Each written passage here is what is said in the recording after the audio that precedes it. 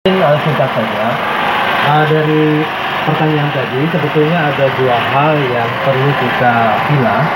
Yang pertama itu terkait dengan outbreak, yang kedua itu terkait dengan dana otsus.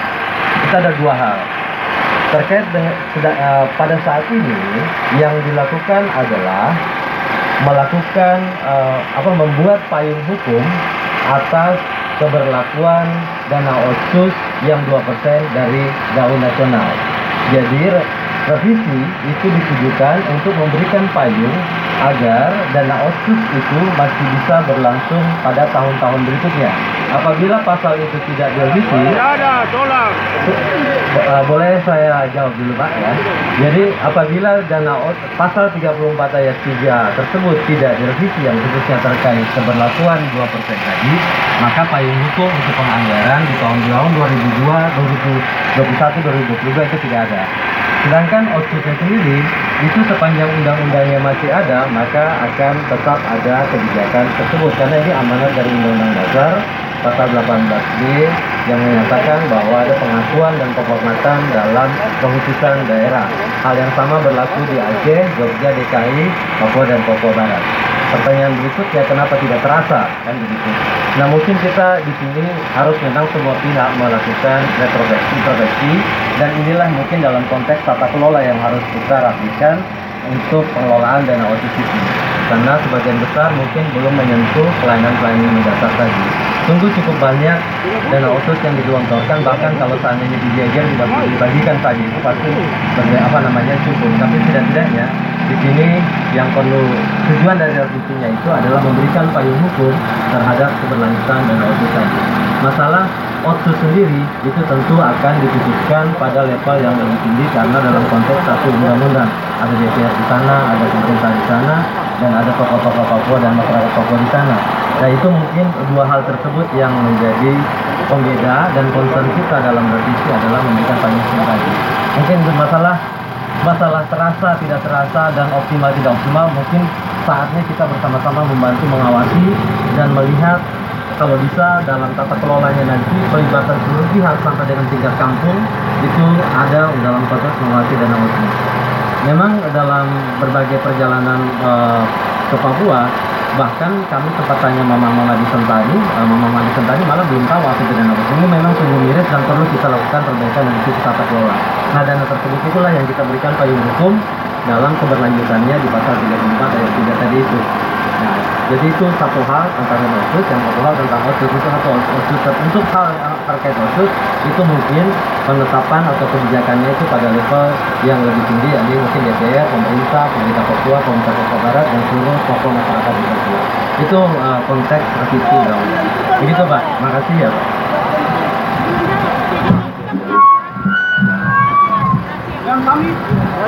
Yang kami perhatikan dari jawaban Bapak itu orientasi Bapak itu berbicara soal duit, ya. Otonomi khusus itu bukan hanya duit. Substansi daripada otonomi khusus adalah menghargai harkat dan martabat orang Papua. Di dalam pasal-pasal otsus itu ada tentang perlindungan, pemberdayaan dan lain-lain. Sekarang memang dari awal memang Bapak ini mewakili Jakarta karena Jakarta hanya berpikir ke Papua itu soal duit saja. Tetapi hak untuk menghargai hidup orang Papua di atas tanahnya tidak pernah dijalankan. Pasal-pasal otsus itu tidak pernah dijalankan di atas tanah Papua. HKR, Komisi Rekonsiliasi tidak pernah dibentuk. Kasus dan konsensus selalu ditolak oleh Jakarta.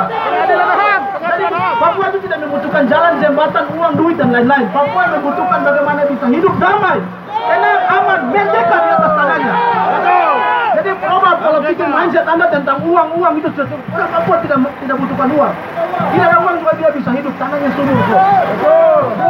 Buang biji saja pohon tumbuh. Jadi orientasi Bapak tentang uang itu kami tidak mengerti begitu, karena kami tidak mempertanyakan soal uang. Yang kami tanyakan Bapak, sudah sejauh mana pembahasan otsus? Karena rakyat Papua hari ini sudah sepakat dari Sorong sampai Merauke untuk menolak otonomi khusus di tanah Papua. Jadi tolong sampaikan lewat Kementerian Bapak bahwa orang Papua yang kami datang sampaikan, kami tidak bisa revisi Bapak. Kami datang sampaikan untuk perwakilan Kementerian, sampaikan kepada level yang lebih tinggi seperti mekanisme yang Bapak sampaikan bahwa orang Papua. Kami di sini adalah representasi masyarakat Papua. Bukan tokoh-tokoh Papua yang Anda undang ke dalam kantor Anda. Bukan LSM, bukan MRP. MRP itu lembaga politik Indonesia. Kami tidak kenal MRP. Karena tidak pernah memproteksi kehidupan orang Papua di tanah Papua. Jadi Bapak, kami mohon, sudah sejauh mana aspirasi kami tolak OSUS ini sudah sejauh mana? Kami tidak meminta revisi dan lain-lain, Bapak. Kami maunya tolak OSUS karena kami tidak penting soal otonomi khusus, Bapak. Terima kasih. Terima kasih. Tadi saya katakan jelaskan kan ada dua hal tadi. Ada, kalau kita bagi dua tadi dari aspirasi bapak-bapak. Ada tentang pemanfaatan dana OSUS, ada tentang OSUSnya sendiri. Yang kami katakan di sini bahwa yang dilakukan revisi saat ini, kan tadi ditanya revisinya itu pasal 34. Sedangkan tentang OSUSnya, ini coba ya. Sedangkan tentang OSUSnya tadi Bapak sampaikan, itu kan OSUS mulai dari pasal 1 sampai pasal 9. Itu OSUSnya itu tentu akan kita bawa pada saat pembahasan di level yang tinggi. Sedangkan sedangkan upaya kita saat ini adalah koreksi payung hukum terhadap pasal 3. Itu dua hal yang berbeda. Tentu pada saat pembahasan undang-undang itu kan melibatkan banyak pihak, Bapak. Dan di situ kan pasti akan ada diskusi, ada pembahasan, entah ada konsultasi publik, ada dan lain-lain.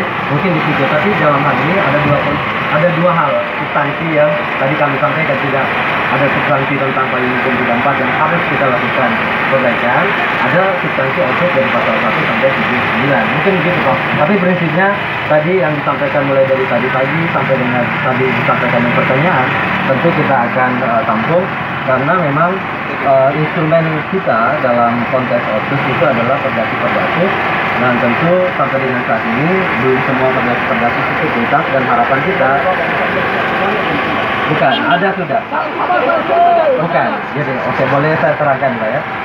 Undang-undang OSUS itu hanya mengamanatkan satu PP, sisanya itu perdasi. Jadi artinya memberikan ruang yang sepenuh-penuhnya kepada masyarakat Papua untuk mendesain regulasinya sesuai dengan kondisi lokal. Cuma ada yang sudah selesai, ada yang belum selesai. Bahkan ada yang belum disampaikan. Contoh, perdasi tentang pendidikan dan kebudayaan. Perdasus tentang kesempatan kerja itu belum sampai di kita. Jadi oleh karena itu mungkin kita sama-sama lah kawal ini, dan prinsipnya ini menjadi bagian kita untuk melakukan koreksi dan introspeksi. Prinsipnya yang disampaikan tadi tentu akan kami tampung terhadap dua level tadi. Tindakan kita sesuai dengan posisi kita sebagai teknis, tentu kita ambil yang posisi teknis, sedangkan untuk level kebijakan sebagaimana pasal 109 itu tentu akan kita sampaikan pada saat pembahasan dengan level DPR dan lain-lain. Mungkin begitu Bapak ya.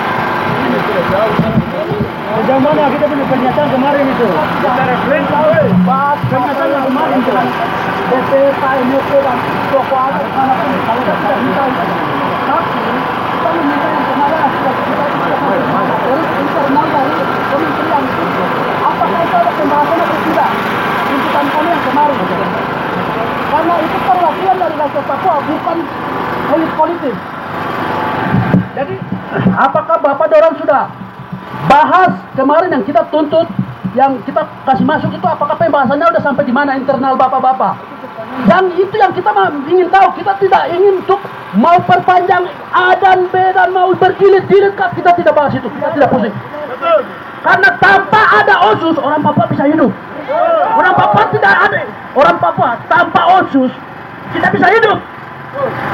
Jadi kalau Bapak tadi bilang soal dana dan lain-lain, jangan bahas itu. Kita minta kita yang kemarin itu pembahasan internal. Bapak dorong sudah sampai di mana? Itu perwakilan rakyat. Jadi kalau Bapak bilang kita mau bahas elit politik dan lain-lainnya, memangnya waktu sebelumnya kamu libatkan semua tokoh-tokoh? Jadi sekarang kamu mau melibatkan ini?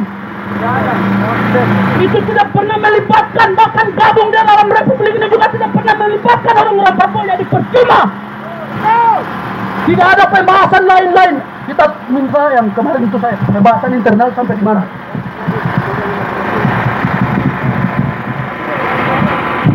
Baik, terima kasih. Kalau tidak salah itu kan waktu